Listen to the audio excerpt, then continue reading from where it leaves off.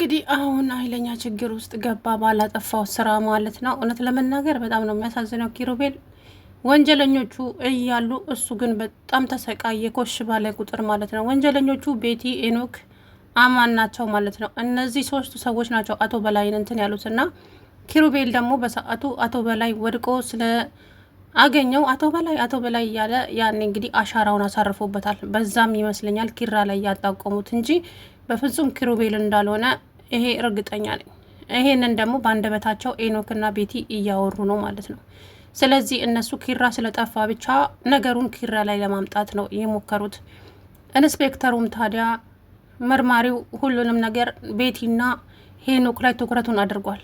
ይሄ መርማሪማ እንደዚሁ በቀላሉ የሚለቀን ሰው አይደለም። ስለዚህ ምን ማድረግ እንዳለብን አላቅም። አማን ደግሞ ወጥመድ ውስጥ አስገብቷቸዋል ቤቲንና ኤኖክን። ያ ማለት እዚህ ቤት ለተወሰነ ጊዜ ካላስቀመጣችሁኝ ሁሉንም ነገር ሄጄ ለኢንስፔክተሩ እነግራለሁ። እኔ ወንጀል የሰራው መስሎሻል እንዴ? ወይዘሮ ቤቲ አብሬሽ ነበርኩ እንጂ እኮ ሰንዝረሽ የምታሽው ሰውየውን አንቺ እንጂ እኔ አይደለሁም ብሎ እንግዲህ አማን ትላንትና አፋጧት ነበረ። አፍህን ዝጋ ምናምን እያለች በሷ ቤት እንግዲህ ኤኖክም ደግሞ አማንና ቤቲ የሆነ ግንኙነት እንዳላቸው ነው እያለ ያለው። ግን ኤኖክና ቤቲ በፍቅር አይደለም የተጋቡት። ያው ሁለቱም ወንጀለኞች ስለሆኑ ነው፣ ማምለጫ ስለሌላቸው አንድ ላይ ሆነው ባልና ሚስትንን ብለው እንዲኖሩ ያደረጉት ማለት ነው እንጂ ትናንትና እንግዲህ እንዳለችው አማንንና ቤቲን አንድ ላይ ሲያቸው እንደዛ ሲሆን እንደነበረ ከዛ ጠራችውና ሄኖክ ቆይ ፍቅር ይዞሃል እንዴ? አፍቅረኸኛል እንዴ ስትለው እንግዲህ መልስ አላገኘው፣ አንገቱን ደፍቷል ማለት ነው። ያ ማለት ፍቅር ሳይዘው አይቀርም ከቤቲ ማለት ነው። ሄኖክ እንግዲህ በፊት ኪያን ነበር የሚወደው። ዞሮ ከኪያ ህይወት እንኳንም ወጣ ሄኖክ ማለት ነው። እሷ አሁን ለራሷ የወንድሟ ነገር በጣም አስጨንቋታል። እኔ አሁን ጥያቄ የፈጠረብኝ ነገር ኪራ ናሆም እንዳያውቅ ለምንድን ነው የፈለገው መምጣቱን ነው እዚህ ጋር። ናሆም ቢያውቅ ምን ችግር አለው? ለማንስ ይናገራል? ምናልባትም ሴቶቹ ምናልባት አፋቸው ሊያመልጣቸው ይችላል። ግን ናሆም አሁን አላቅም።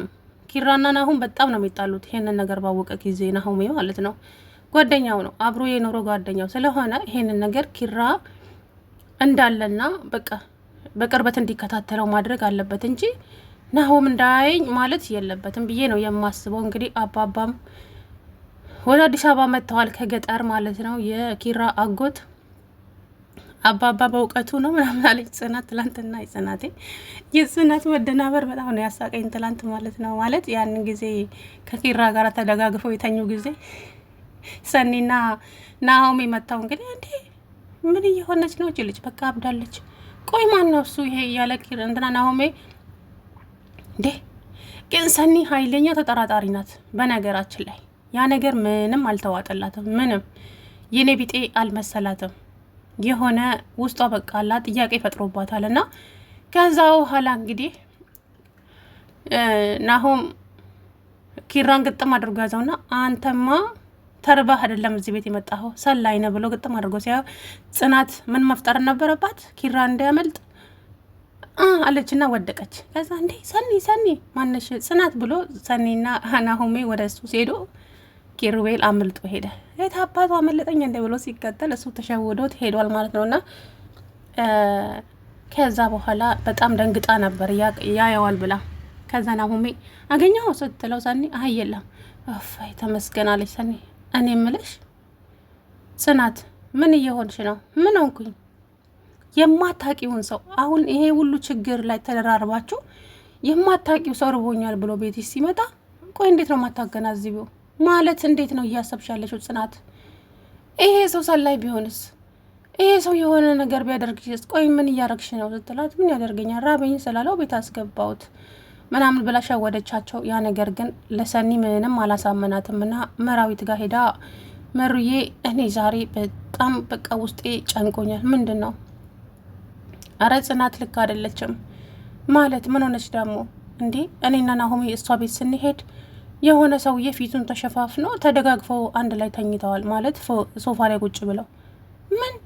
አዎ ግን ይሄ ነገር ውስጤ ምንም ሊቀበለው አልቻለም። እንዴት የኔ ቢጤ ርቦኛል ብሎ ቤት ገብቶ እንዴት እሱን ተደግፋ ልተኛው ቻለች? አይ የሆነ ነገርማ አላለች ሰንዬ። አንዳንዴ እኮ መጠራጠር ጥሩ ነው ጎበዝ።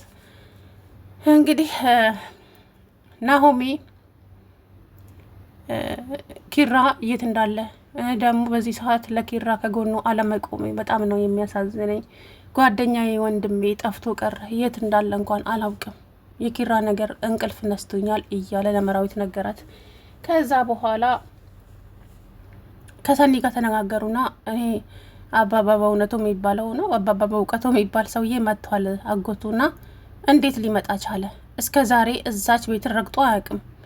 ኪራ እንደ ጠፋ አውቆ ነው የመጣው ወይስ እንዴት ሊመጣ ቻለ? አይ ይሄ ሽማግሌማ የሆነ የሚያውቀው ነገር አለ፣ ይህ ሰውዬማ የሆነ የሚያውቀው ነገር አለ እንጂ እንዴት እንደዚህ ብላ ተጠራጠረች ሰንዬ ማለት ነው። እውነትሽን እኮ ነው፣ እንዴት ሊመጣ ቻለ? እኔማ ሄጄ ማጣራት አለብኝ ይህን ሰውዬ ብሎ ናሆማ እንግዲህ ወደ እነ ኪራ ቤት መጣ ማለት ነው። ኪራ ከዛ በፊት ከአባባ ጋራ አባዬ አጎቴ በቃ ፖሊሶቹም እየተከታተሉኝ ነው፣ እግር በእግር እየተከታተሉኝ ነው። ምን ማድረግ እንዳለብኝ አላውቅም እኮ። ለዚህ ነበር ራስን ጠብቅ ያልኩ። አየህ በገዛ እጅ ወጥመድ ውስጥ ልትገባ ነው ልጄ። ለምንድን ነው እንደዚህ የምታደርገው? ኪሩቤል እዛ ሆነ አላልኩም እንዴ? አጎቴ እኔ ቤቱ ብቻዬን እዛ ሊበላኝ ነው።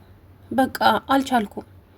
እዚሁ መጥቼ እስከ መቼስ ነው የምሸሸው? ነገሮችን ብጋፈጥ ይሻለኛል ብሎ ኪራ እንደዛ አይሆንም ልጄ፣ ባላደረግከው ነገር መከራ ውስጥ ትገባለህ። ስለዚህ እባክህ ስሜትህንም ፍቅርህንም ተቆጣጥረህ መላ ልንፈልግበት።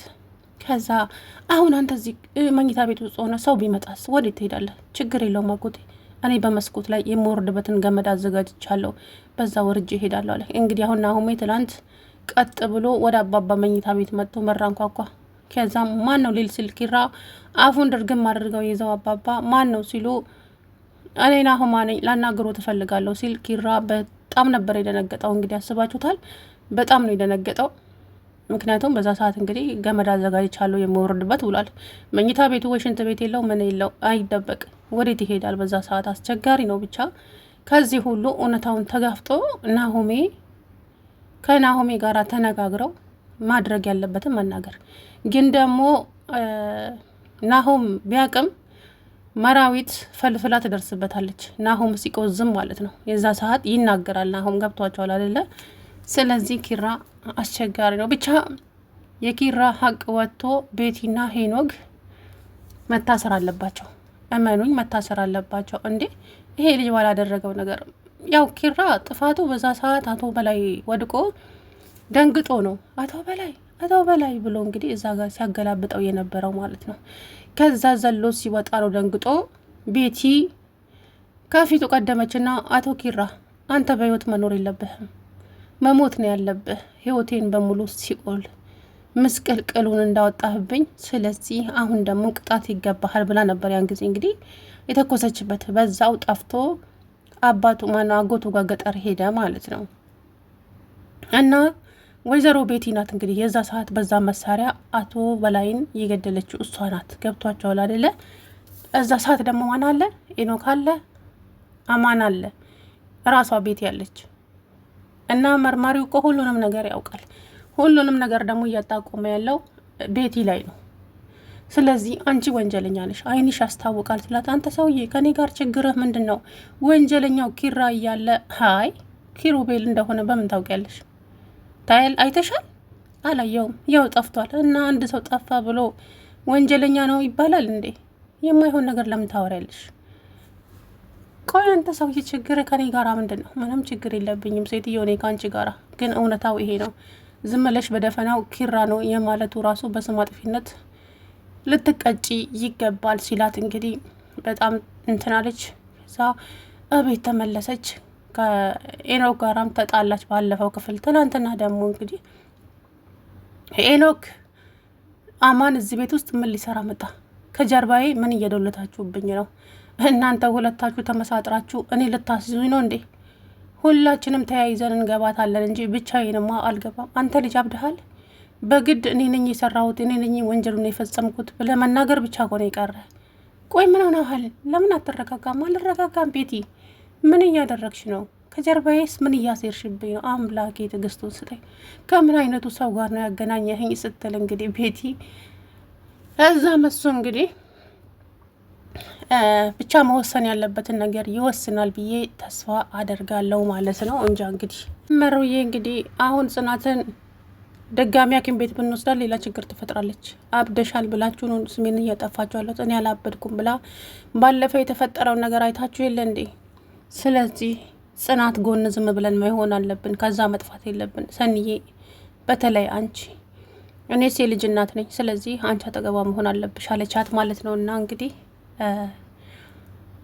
አላቅም፣ በድንገት ግን ወይ ናሆሜ ወይ ሰናይት ኪራን ያዩታል፣ እመኑኝ ማለት ነው። ከዛ ደግሞ የሚፈጠረውን ያው በነገራችን ላይ ሰኒ አትናገርም ብታይም ራሱ።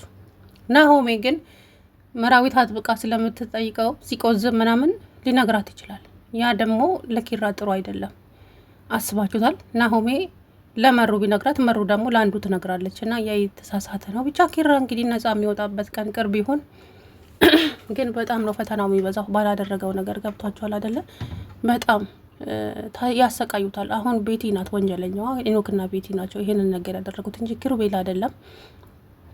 በእርግጥ ኪሩቤል እንግዲህ ሰውየው ወድቆ በእጁ ነክቶታል። ወላ አቶ በላይ እያለ ማለት ነው። ስለዚህ ያ አሻራው ምናልባት እዛ ላይ ከተገኘ አቶ በላይም ደግሞ አልሞተም ይሆናል እኮ በህይወትም ሊኖር ይችላል ሰውየው። ሰላም ውድና የተከበራችሁ ቻናል ቤተሰቦች እንዴት ናችሁ? አለው ደህና ነኝ።